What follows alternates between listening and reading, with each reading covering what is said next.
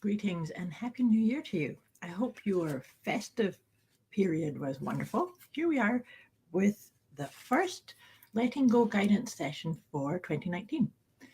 So, as I've been sharing with you, I've been really excited about the idea of 2019, the whole idea of this being a three energy from a numerology point of view. So we like to think of that as, or I like to think of that as head, heart, and higher self. And so, with that idea, what I'd like us to do is, if you're here live, just say hi. If you're watching replay, um, just focus on the idea of taking some nice deep breaths, landing in this. For a lot of people, I realize that this will be the first day back at work after the holidays. And so this is just a nice time to just kind of check in. How am I? How am I in my mind? How am I at heart level? And am I being open to receiving guidance from my higher self? And with all that in mind, just taking a nice deep breath, landing really into this moment with me. And as we're doing that together, I'm shuffling the letting go guidance cards. And the whole idea around this is that we all have things that we need to let go of that maybe no longer serve us, or we don't really want to keep continuing in with us. Hi Juliet, how are you? Happy New Year. Oh, back to school. Yes, of course. Back to school, back to work, back to what your usual patterns are, or somewhat. So we are going to look at what can we let go of that maybe is a block to landing fully back into school, or to being the best we can be, or aligning with intentions that we might want to create or be in 2019.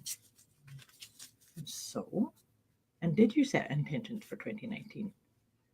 I know that I have. I have set. Happy New Year to you. Weight loss is a good one. It's quite usual to look at things like that. So actually, Juliet, I encourage you to not think of it as weight loss, because you don't want to lose things. Because in your mind, when you lose things, you tend to keep looking for it. So you want to release, uh, release and let go what no longer serves you, or what's not in your best health. And so what we're going to focus on in the letting go is attachment.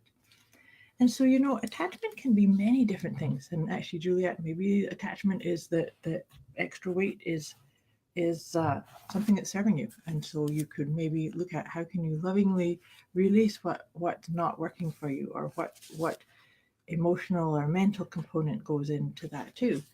But the other big part of attachment I find in conversations I have with people is attachment to needing to be right, or attachment to um, being heard, or having your opinion put out in and things like that. It's like attachment is looking at letting that go if it's detrimental to you. And I want to just read out from the book I have. So just like I said, feel into how does that work for you. What is it you're attached to that's maybe not serving your highest good? And then I'll read this out too to see if that sort of brings anything up for you too.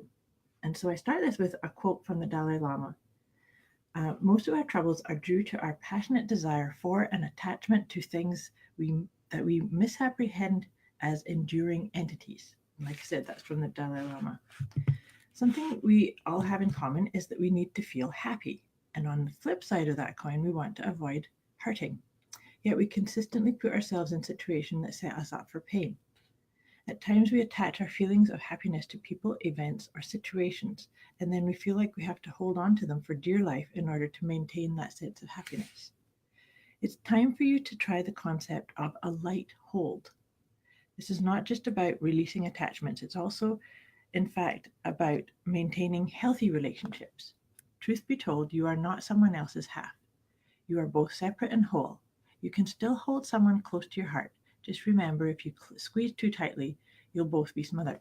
And so that last wee bit is kind of referring to in a relationship, but attachment doesn't have to be in a relationship either. It could be, like I said, to an idea, or to it's like having a fixed idea that it always works this way.